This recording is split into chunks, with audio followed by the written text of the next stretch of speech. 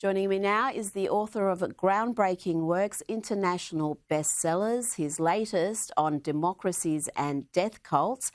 Douglas Murray, let's start with the murder of Charlie Kirk, one of the brightest and bravest voices of his generation, a genuinely decent man, a father of two, shot dead at the age of 31, at the type of event that had really become synonymous with his name. He understood the importance of robust debate, of maintaining dialogue with your ideological opponents.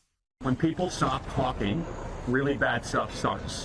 When marriages stop talking, divorce happens. When civilizations stop talking, civil war ensues. When you stop having a human connection with someone you disagree with, it becomes a lot easier to want to commit violence against that group. What we as a culture have to get back to is being able to have a reasonable disagreement where violence is not an option. Douglas, this is a heartbreaking, unimaginable loss. Yeah, we're speaking just a few hours after the murder of Charlie Kirk. And I suppose, like everyone, my thoughts are with Charlie, but also his wife, his young wife, and his two young children that he leaves behind.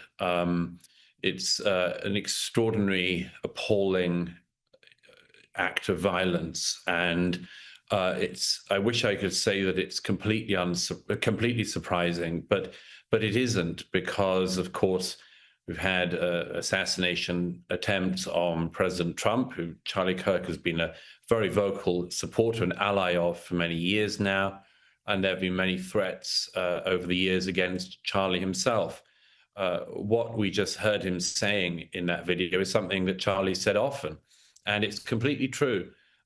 He spent a lot of his energies since he first came onto the scene at the young age of about 18 or so, and founded Turning Point. Since then, he had always made an effort to stress this point that, yes, you need to be able to talk. You need to have differences of opinion out in the public square, and that it is the best way to avoid a descent into political violence. And although he made that point so often, so many of his critics, most of whom I suspect really never listened to anything that Charlie said, demonized him, misrepresented him, and did that classic thing that unfortunately so much of the left does, which is to regard their political opponents not just as wrong, but as evil. And this is something that many of us have pointed out over the years. Most conservatives tend to think that the left is wrong, but not that it is certainly not in its entirety evil. But that favor is not returned the other way around. And so we have people routinely claiming that mainstream conservative voices like Charlie Kirk's are somehow extreme, and that they somehow themselves are causing harm. Think of all the people in recent years who Charlie has talked about, who you and I, Rita, have talked about, who have said that words are violence, and that countering ideas or questioning ideas is literally killing people, and much more. Well, here we see once again the reality of it. Words are not violence. Shooting somebody in the throat is violence. And I really hope that a moment like this, as well as thinking of Charlie and his family, people think if they're on the side that has been demonizing their opponents to such an extent and dehumanizing them, I hope they think themselves about the fruits of their own words. And Charlie was rare. He had the ability to persuade so many from across the political divide. That's rare these days. It made him enormously influential, particularly amongst young men. And Douglas, it was such a wholesome message at its heart. It was about prioritising family and religion and truth. Yes. And you spoke about the hate he received. It was so unhinged, so ugly, a lot of it from media. And it continued even after he was shot. Let me play you a little of the discussion on MSNBC earlier today. He's been one of the most divisive, especially divisive younger figures in this, who is constantly sort of pushing this sort of hate speech or sort of aimed at certain groups. And I always go back to hateful thoughts lead to hateful words, which then lead to hateful actions. I'm not going to say what I want to say. What's your response, Douglas, to what you just heard? That was Matthew Dowd on MSNBC earlier. Well, I mean, the obvious thing is to make a rhetorical point about what Dowd said there, which is, what if somebody had hateful thoughts about him? What if his hateful words that he said just there led to somebody shooting him or a loved one of his or a friend of his in the throat? Would he exercise the same attempt at logical consistency then? I would think not, probably. But yes, that is an absolutely classic example of smearing the only just dead. And what Matthew Dowd said there is completely shameful. And if MSNBC had any shame, they would have said that immediately to him and taken him off the air. What Charlie Kirk argued for throughout his public life, which was effectively throughout his adult life, were very straightforward things that were not controversial until very, very recently. For instance, what this ignoramus Dowd thinks is controversial, if he bothered ever to listen to anything that Charlie Kirk said, and I doubt he did before deciding to smear him before his corpse is cold. What Charlie Kirk said were things like, there are two sexes. There are men and there are women.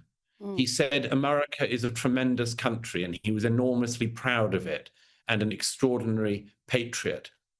That wasn't, neither of these things were controversial until very, very recently. Charlie Kirk argued for biblical values, for Judeo-Christian values. That wasn't controversial until extremely recently.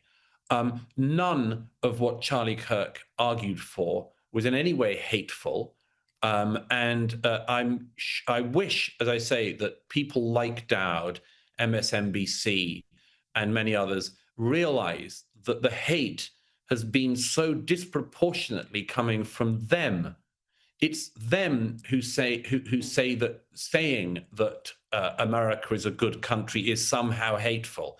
It's them that says that saying that there are two biological sexes is somehow hateful. No, it isn't. None of that was ever hateful. It was a statement of fact or of opinion. And that used to be allowed in America. And that used to be respected in America. And it's a terrible, terrible demonstration of where America and the West has come to, that the statement of obvious truths and the statement of opinions that millions and millions of people hold fast to should be smeared in this way. Dowd said plenty more, and there's been other media outlets who've disgraced themselves today.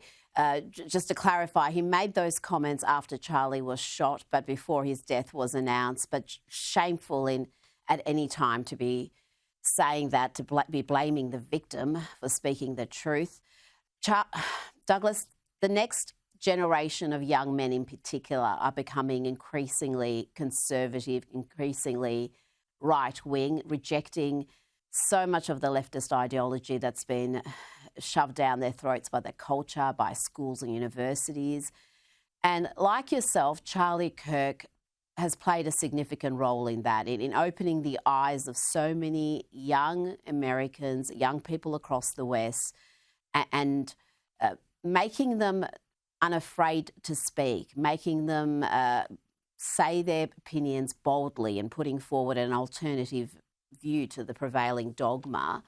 And Douglas, he always did it so politely, even in the face of terrible abuse. I used to play his videos on this program all the time, the interactions where he would cop this ugly, unhinged abuse, and he would always remain calm and politely dismantle the radical left's arguments in the face of terrible abuse, and they still shot him. No matter how much he spoke about the importance of dialogue, about not demonising your opponents, about engaging and making sure that we're at a point where we can still talk to each other. And they still shot him. We'll find out who they is, I suppose, in the coming hours and days. I think that whoever the shooter turns out to be, I do hope that people who listened to Charlie, who were inspired by him, he was an extraordinary communicator. I mean, his success, his earned success over the years of his adult life came about because he had an enormous skill at speaking to people and for people.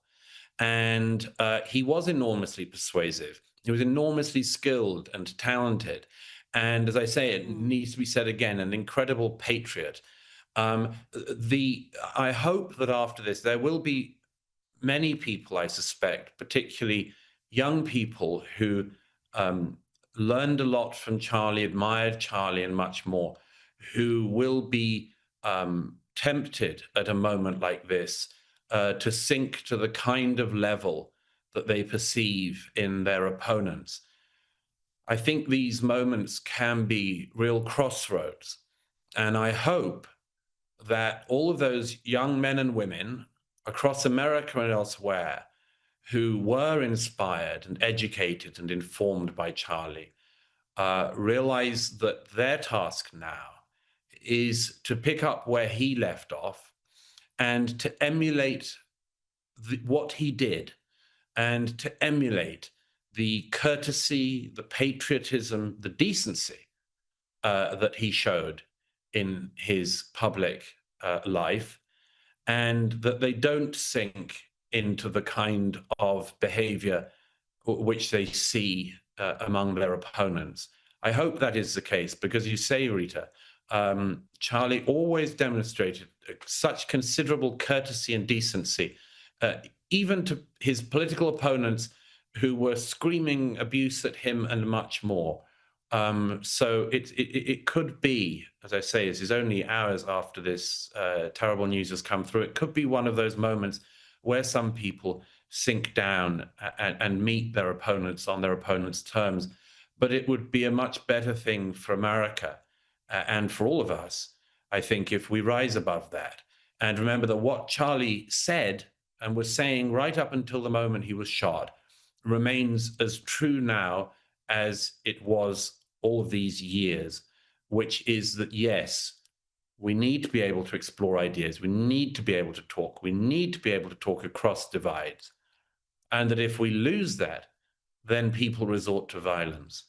And how terrible it is that something that he perceived so clearly and said so often should be something which has now been proven by the evil person who's taken his life away.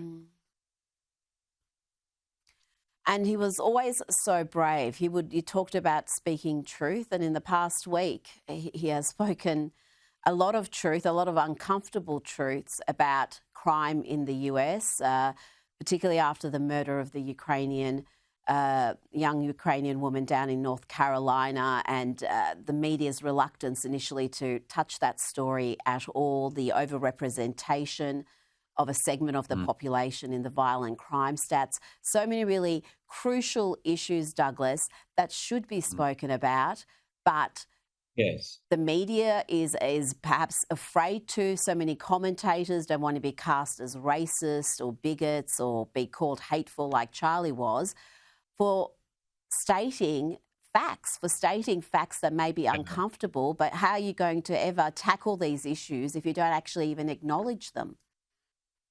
Absolutely. And what happens if you don't acknowledge issues which are staring everyone in the face is you push them down under and they bubble away, and evil things come up. You seed an evil harvest when you do that. I suppose there's one other thing I would say about that, which is that after an act of violence like this, as well as great anger and great rage, which many people will have, there will be some people who will feel in some way afraid or cowed by this. They may not admit to it. They may not wish to explore it, but it's understandable. There was no reason why somebody saying what Charlie Kirk said should ever have been the subject of violence, the object of violence. But I hope that people realize again that although at such a moment they might feel it's a good time to pipe down or not make themselves a target, that actually the much better thing to do is for everyone to be a bit more courageous, for everyone to be a bit stronger in standing up for what they believe to be true, for stating facts that they see before their eyes, by getting out there, by making their voices heard. You know, I think often of after a previous assassination a good decade ago in the offices of Charlie Hebdo, I remember what my friend Ayaan Hirsi Ali said, and perhaps it's as applicable now as it was then, which is that if there are people who seem to be in this position that Charlie found himself in, of being this object of hate as the cartoonists and the editors of Charlie Hebdo were a decade ago, I hope that people remember now what Ayaan said then, which is the best thing is to spread the risk around. If people are going to believe that it's respectable or reasonable to target conservative voices with violence, let's all speak up a bit more. Let's all take a step forward. People don't need to be heroes or martyrs or anything, but they could be a bit more heroic and speak up a bit more and be proud a bit more for the things you should feel pride in, like your nation. And if people do that, that would be in the midst of this awful time. It would be a tribute, and one which I think Charlie would himself be very proud of. Beautifully said, and I think you're so right. Let's step up and spread the risk. Douglas Murray, thank you so much for your time tonight. It's a pleasure.